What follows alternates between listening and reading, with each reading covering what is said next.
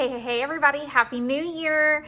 Grab your mimosa, grab your champagne, your Bloody Mary, whatever you're sipping on this lovely day, and get ready to see my setup for my bullet journal for 2021.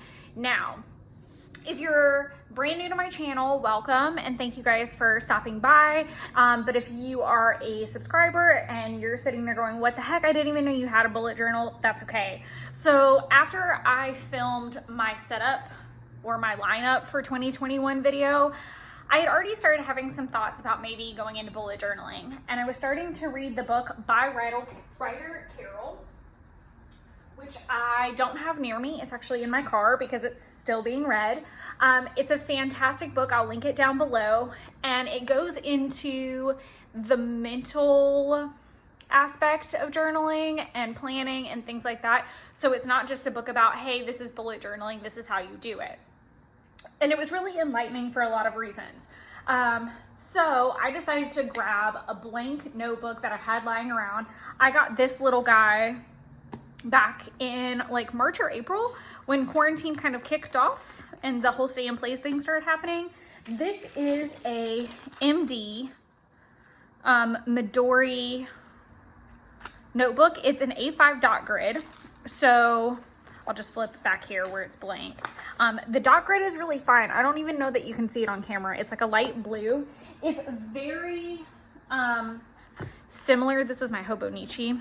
As you can see, I'm killing it in my Hobonichi game, where they have it in red and it's not exactly a dot grid per se. It's just a regular grid. But the point being that I did want something gridded. I bought this because I knew it was very similar to the Hobonichi Tomoe River paper, but it was a little bit thicker, and it would be able to withstand alcohol markers or products and things a little bit better, and it wouldn't have as much ghosting. So that's originally why I bought it. And then, sorry, it's Post-its to myself. I started thinking that this might make a good one for a bullet journal to just test drive what I would think of it for a little bit. It's not super big in comparison to like the Archer and Olive notebooks, which are definitely a go-to for bullet journaling. I have the cult following with them is just absurd. Original writing paper that prevents smearing and bleed through.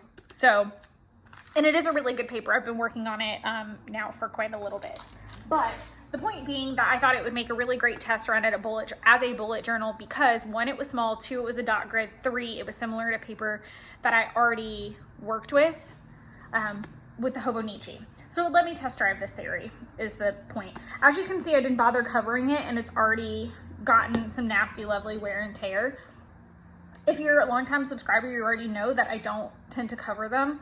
I knew this would also fit in my galleon leather portfolio if I can ever clean it out so I can travel with it a little bit easier. So there were a lot of pros to test driving this theory with this notebook. I will link all of this down below, so don't stress about it, but let's go ahead and get into the flip through of the setup. This is purely a setup video. This is not a January plan with me. Those videos for this and my passion planner are both going to go up next week. I didn't want to release 4 videos in one day. I'm sorry, guys. Not that I wouldn't love to, but just to keep myself on task and schedule, and that's really a thing that I'm committing to in 2021, is being consistent with the uploads and consistent in getting the descriptions full of the product. And I think I've figured out a way to finally get that accomplished. So anyway, here's to wishful thinking. So this is my cover page. There's already gunk on it. Lo and behold. I just did a really simple like 2021 and then did my name in hand lettering, bouncy hand lettering, cursive, whatever you call it. I didn't do anything super fancy or paint. Just kept it really simple. I didn't write on this page, obviously. I did a very simple index and I gave myself a ton of room. I went back and forth with myself. Sorry, I didn't realize that was so out of frame. Wow, I'm so sorry. Here, I'll flip back. I guess playing with it in the screen, I didn't notice. Sorry. My point being that I gave myself a lot of room because, one, I didn't know how much I was going to need and how much I wanted to list. I probably didn't need this much room because this book isn't that big, but it's also to see if I'll use it at all. I really played with the idea of not putting one in at all. Another thing that I do want to talk about is obviously this is already colored in. It's all pretty. It's done. I wouldn't say pretty, but it's done. And it was because I wanted to do that off camera while I was kind of bouncing around through holiday season. Between the move and working and everything else, it was just easier to keep this with me and work on it when I could versus trying to film every portion of it.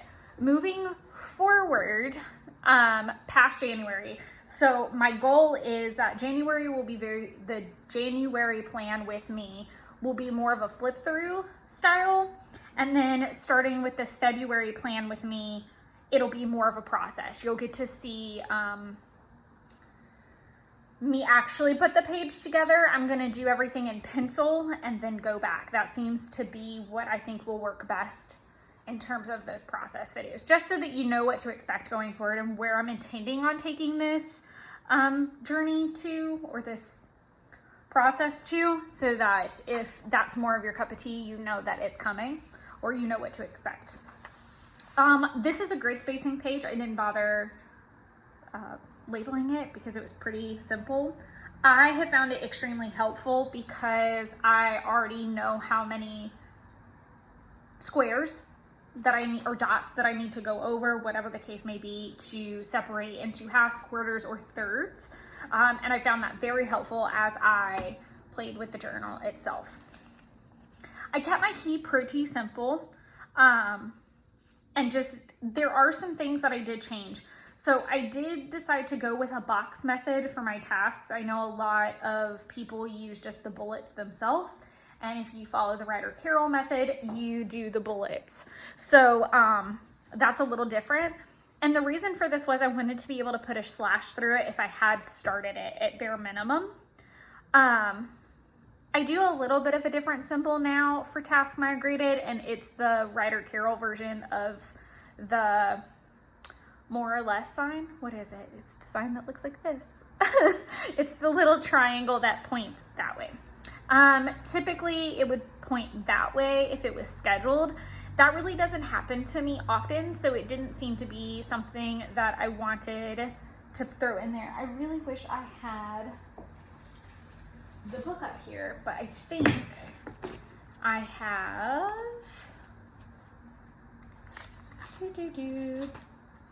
I can use this. This is from yesterday. No, I can't because, see, I did the slash box because I've started that task. And then if you look really close, things are falling out of my Hobonichi on a regular basis. But if you look, you can see that little sign means it migrated over. So it's just simple things like that. I did keep some of the symbols and then changed others to suit my needs. I feel like that's what I love about bullet journaling so much, is it's such a great structure, but at the same time, it's a lot of room for changes and opportunity and adjusting, which I've learned that with this job, even though it's in the same industry that I was in when I was using when I started my Hobonichi, it's a different kind of, the company just runs differently. So I need something that's a little bit more freeform than I ever have before. Task completed, pretty simple. You just color in the box. I liked the idea of an event bubble, an appointment triangle. The note thing might take some work. And then the inspiration thing, I'm not sure how well that's gonna work out. It might just, some symbols might change, but I will still continue to do those two things on the pages, if that makes sense. I just used some simple floral border stickers from the Botanical Sticker Pack with Happy Planner. Before I flip this page, I need you to understand, some people are very anti-sticker in their bullet journaling, that they believe it's just pen and paper or markers and paper or watercolors and paper that it's not really quite the place for washi tape and stickers and ephemera and things like that. I know some people are very hardcore belief with that. I am playing with it to see what method I like. This is my first bullet journal. I did something similar to bullet journaling years and years and years ago, where it wasn't a system. It was just a journal that I used before I had a planner, before I understood planner communities and journal communities and things like that. And it's very similar to that style. So I feel like I'm kind of going back to my own personal basics with something I know has worked for me. So I really just want to give myself room to play with this journal. This is probably going to be an overly chatty video, so sorry. So my future log. Oh my God, the nightmare. So, Banks is on the counter, guys. So be prepared. And there we go, little tiny paws. Sorry about that. So I want to talk about my future log for a minute and the train wreck that it was. It looked so beautiful before whiteout got involved. So what had happened was, when I was looking at the calendar to write down all the dates, unfortunately, I was looking at 2020 and not 2021. So everything was off. I love how the hand lettering turned out. I love how my quote turned out. I really liked this style of doing my future log because Hobonichi kind of has like a future log space. So I just pulled out older Hobonichis that I had and consulted Facebook for more birthdays and plugged everything in. It also let me use up a ton of Happy Planner stickers that I wasn't exactly hoarding, but I wasn't exactly using either. So, and I plan to continue this trend because I think it was fantastic. I think it was a great way for me to feel some sticker relief and sticker vomit. So other than the fact that I had to white out and make it ugly, the things that I do like this style, and I like the style of lettering I chose. I like the block style I chose. I like the stickers. I like everything about it. I just wish I hadn't messed it up. Obviously the mess up spanned 2 pages. I do like the quotes, the hand lettering, the style, everything. I'm very pleased with it. And I did take what marker did I use for this? These are actually new and I don't have them with me.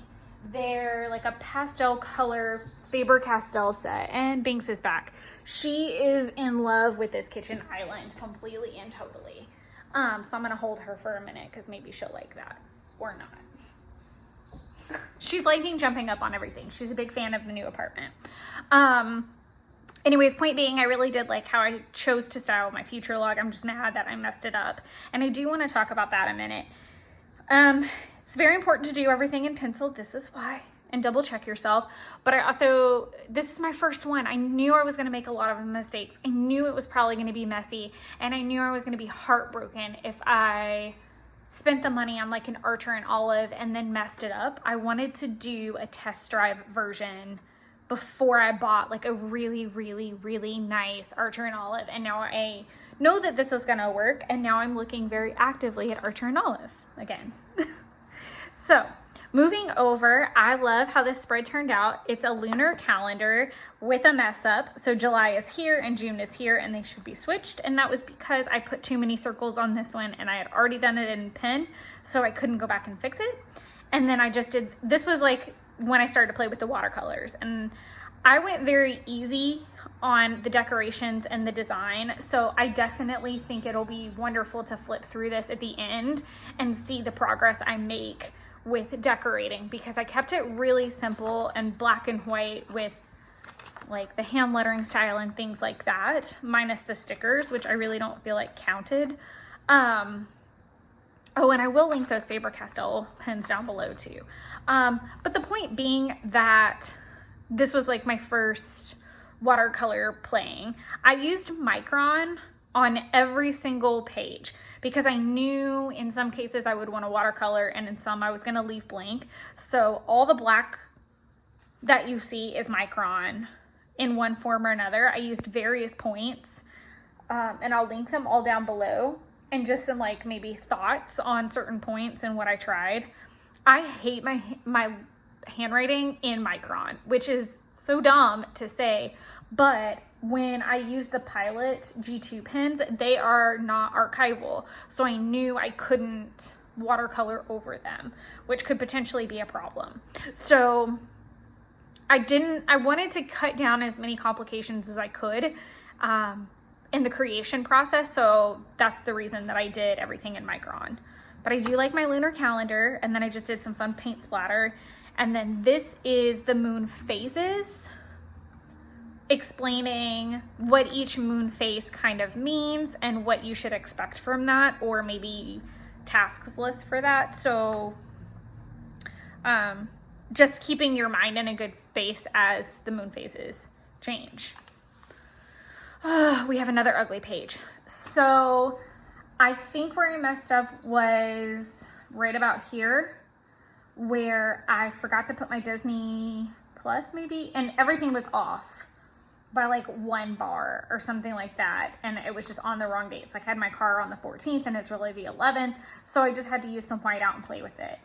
I didn't put my amounts and I didn't put my total because that's private for me.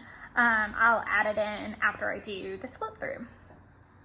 This is one of my favorite spreads, and I love it because it didn't go wrong. It was the first spread that I really felt didn't have a mistake of some type on it. I know this one didn't, but I don't love it 110%. So I was trying to find a stencil that would let me draw these hexagons perfectly, but I ended up having to draw them all out in pencil. There's a couple little like overhang spots, but it's nothing that I really got that hung up about. Otherwise, I felt like it turned out really pretty and I loved it. So 52 of 20. So my goal for 2021 is to save $20 every week for 52 weeks. It kind of creates a nice little nest egg. It's great for various and sundry needs and wants, but it's nice to know that it's a small, affordable amount to tuck away and not look at every single week, but ends out to a really nice little paycheck at the end of the year. So I thought that would be really fun, and I look forward to coloring in my first block because it is obviously the first week of the year, technically. And I got my $20 yesterday while I was at Publix. So I'm going to show this super quick. This is my 2021 budget. This has the actual amounts and things, but the point being that I wanted to have all the months, which I used that same gray marker that I used back here.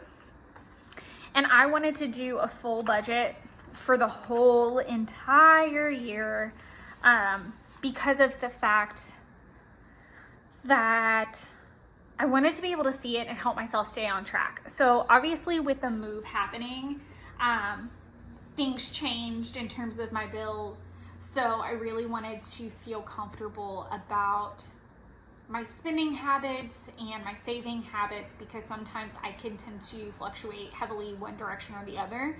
And I just wanted to give myself kind of a better guideline so that I could keep a handle on it. So that's really it. That's the only reason I did like a whole 2021 budget. I'll be curious to see when I switch over the notebooks, how closely I stuck to it. And I think it's really great when you know where you're supposed to be at almost on a bi-weekly basis with your savings. So it helps you know where you can pull back or spend a little extra, where you have wiggle room more or less. So I'm gonna quit ranting about budgeting for right now. So this is my Binks tracker. Binks is my cat. She is the most adorable little thing, and she loves being on camera occasionally. And she loves crawling all over the craft table. If you've been a subscriber for a while, you've probably seen her pop up in a couple of videos. But Binks actually, after she turned 3, she had a nice lovely trip to the vet due to some dietary issues and some blockages. So between that and then another baby vet trip last year at Christmas, she just has some digestive situations going on. Nothing that needs to be regulated by medication, but she is on a little particular recipe, which is Miralax pumpkin Fancy Feast and Sheba pate. And then she also has hard food. So as we've moved, I have obviously been very concerned because cats can actually take a move a lot differently than a dog would, because they think that you move them to the planet Yahweh, because they don't really see the outside world as much as a dog would typically. I don't know about outside cats, but inside cats basically think you move them to a whole new planet. So for the first couple weeks, I was really nervous about her eating habits and her bathroom habits, obviously, because that's something that has been a problem in the past, just naturally. Here she is, because she knows we're talking about her. But that being said, I really wanted to spend the new year trying to get a better handle on the recipe and the fact that she's on this so much. So I wanted to see if there was a way to adjust some things without messing her up totally. And I know with all animals, any changes that you make should be gradual and monitored. So I made two trackers. One for how many times a day she's getting fed, and tracking her bathroom habits, so that I can keep a steady watch on. She wants the phone cord that's up here. That's what she's really, really after. So I'm sorry about her popping all over the place. It's just kind of how this is going to go, I guess. But I just really wanted to make sure that I had a solid way to track it, so that if we did end up in the vet's office for whatever reason, that I would be able to tell the vet information that might be pertinent. And plus it helps me not panic, because then I know when she's used the bathroom, or if there's anything worth monitoring. I guess it's similar to maybe having like a baby tracker of some type, because she is my baby. And again, I'm so sorry that she's hopping all over the counter. Okay, so Casa de Jefe is my boyfriend's house, and typically I handle a lot of the cleaning, or did, especially through quarantine, because I was home more than he was. So I cleaned a lot. So I wanted to have a cleaning tracker so that we maintain cleaning at his house despite the move. And then my apartment despite the move. And going back to work and the regularity and stuff. I just want to make sure everything's clean and on a monthly basis consistently. So it looks very empty, and I still forgot a ton of stuff, which is wild. But what I want to do is use this space not to check it off, but to put the date, so that I know, like, if I cleaned the counters on the 31st of January, I don't need to clean them on the 5th of February. So I really want to know when the last date, I know a lot of people use the tracker of when did I last. It's similar to that. I'm just going to my goal is to put the date in the box versus use a check mark. So a lot of people that I have seen do YouTube or social media trackers. I combed Pinterest and Instagram, and I wish I could link everybody that I used for inspiration, but it would be too many people, and I really was not consistent about writing anything like that down. I just kind of took ideas and ran with them and played. I really didn't want this to feel like a job or a project. I really just wanted to enjoy the process of setting this guy up. In future videos, I'll be a little bit more consistent with, if I do have inspiration from a particular person, I'll pop it in so that we don't have that problem. But one thing that I did really find that I thought might be useful was a social media tracker from the perspective of filming, editing, voiceover, and posting. So a lot of times I will film and it will sit there for ages, and then I'll find myself on Thursday night at 10 o'clock realizing I haven't done the voiceover, or maybe I haven't edited, and then that leads to getting the videos out later, or maybe not until Saturday because I don't have time to do the voiceover. So I thought this would be really nice to be able to track and use in conjunction with my actual planner for this year, so I know what still needs to be done, so I can stay ahead of everything. I went ahead and wrote all the videos that I'm hoping to do between now and the end of June, and then made a blank tracker so that as things come in or things change, I can add videos here as well. So what I like about that is sometimes if I buy product, like if I bought new watercolors and I wanted to swatch them or unbox them, or if I did a scrapbook.com haul, or if I do a planner or journal review, I can put it here and have room to list those out as well. I left this page blank semi-unintentionally, and it's a good place for me to throw in another tracker of some type if I decide on it. Not that I have, but I don't really mind having an extra free blank page. I did want to do the books to read, or books read, and a watch list. As far as the books to read, I do like that I went ahead and set this up with the boxes having the title, author, start, finish, and stars. I did make a couple errors with the stars. They're sloppy stars, and they're supposed to be, but that one needed a little bit of whiteout. It was super ugly. And then the watch list I left blank because I didn't want to say necessarily what it was, like whether it was Hulu, Netflix. I figured I could write all that in the box itself. This is kind of a nod to one of my favorite pages in a Hobonichi, which is the favorites spread. And it's typically at the back of a Hobonichi, and I'm looking for it now. And I do like it, and it usually has movies, books, food. Maybe I'll use that empty pages of restaurants that I like, or food I like, or something like that, because it's usually food. She wants the ribbon that's there. But yes, I do really like that this page exists because it's fun to look back on at the end of the year and know that this is just 6 months of favorites. So I definitely wanted to keep that in here. Is Banks even in camera? Y'all can't see her. She's like just off screen. Another page that I really wanted was this gift list page. Listing people's birthdays, Valentine's Day, anniversaries, and then do a big Christmas list down at the bottom so that I can do better about preparing for the year ahead of time, because I always find myself really pressurized starting in October trying to get everyone's presents purchased in a timely manner, but in a fiscally responsible manner too. One thing I really want to go back to doing this year is snail mail. I used to send little care packages to friends, and that kind of fell off in the last 2 years, so that's something that I really want to start. And so I made a cute little short list and just did some envelopes with hearts. I really like how my envelopes turned out, and I got to play with my watercolors again. These two pages are pretty blank other than the pretty headers and the gorgeous watercoloring that I did. These are pages that I'm going to use for planning an Orlando trip, hopefully in the fall, and then a New Zealand trip in a couple years.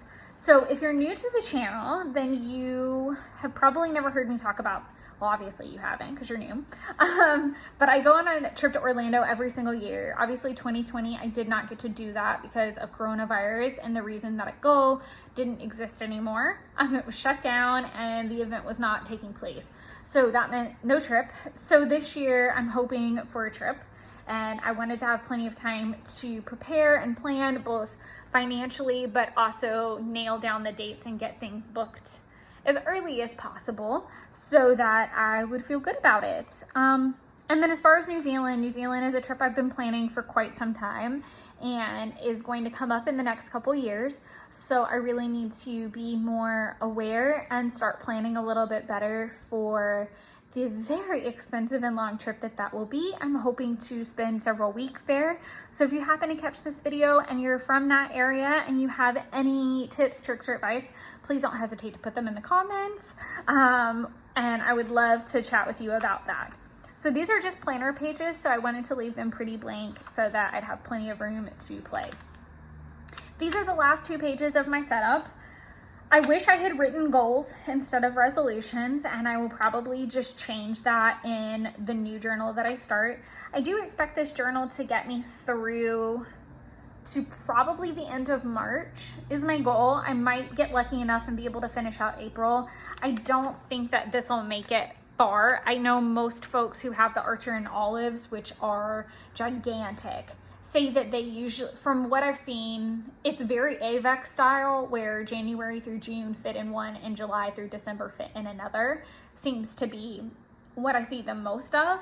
So this is much smaller, so I don't expect it to make it very far.